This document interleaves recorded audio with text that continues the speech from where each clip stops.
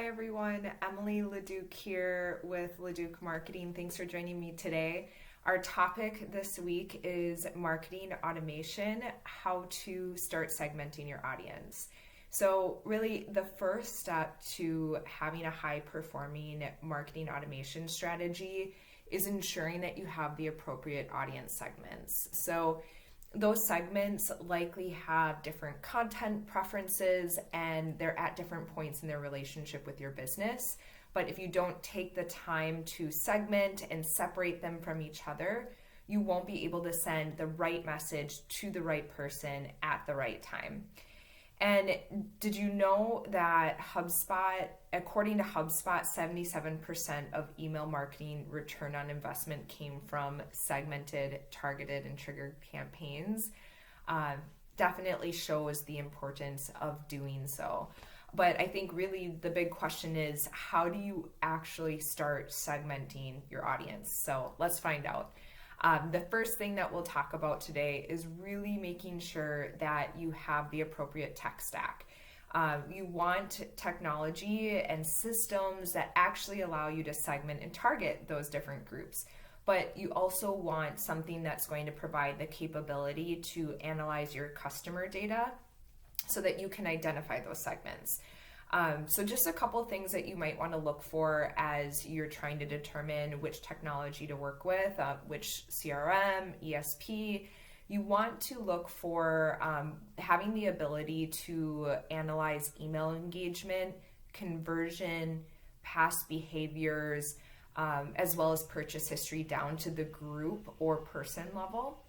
Another thing that you'll want to look for is the ability to pull multi-condition reports and the ability to create automated flows based on past engagement or other behaviors. So just a couple things to look for, but your tech stack really is important to make sure that you're actually able to segment and target those folks.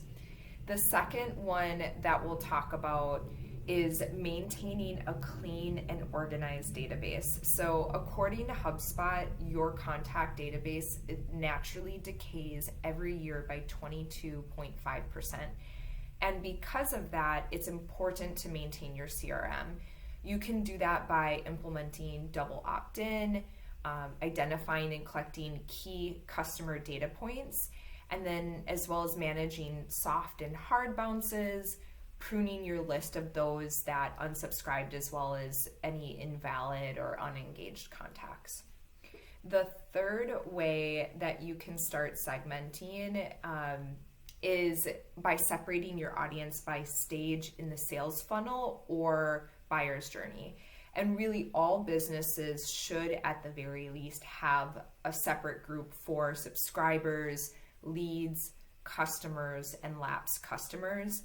As I mentioned before, the content that you are, the content or the way that you would speak to a customer is very different from a subscriber. So you should have separate segments for each group so that you can accurately target them.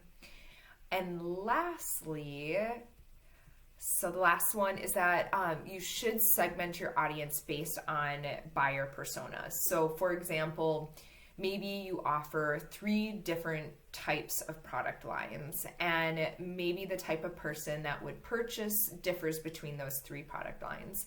So spend some time doing a focus group or a survey to better understand those different customers, what their preferences are, their motivations, potential barriers that could prevent them from purchasing from you. And then if you implement a preference center, you can gather data on the front end of your new subscribers and automatically provide them with the appropriate experience that aligns with their buyer persona and those preferences. So that's it. Those are 4 different ways that you can start segmenting your audience so that you can have a high performing marketing automation strategy. You know, there's definitely more ways to segment, and it can differ from business to business. But those are some really important foundational items, as well as just kind of starting points for segmentation. I'm happy to help if you have any questions or need advice. All links to reach me and learn more about me are below. And just want to remind you to subscribe to my YouTube channel and email list so that you can stay informed about my monthly videos. So next week, we will be discussing how to determine the success of an outbound campaign. So thank you all for joining me, and I will see you next week.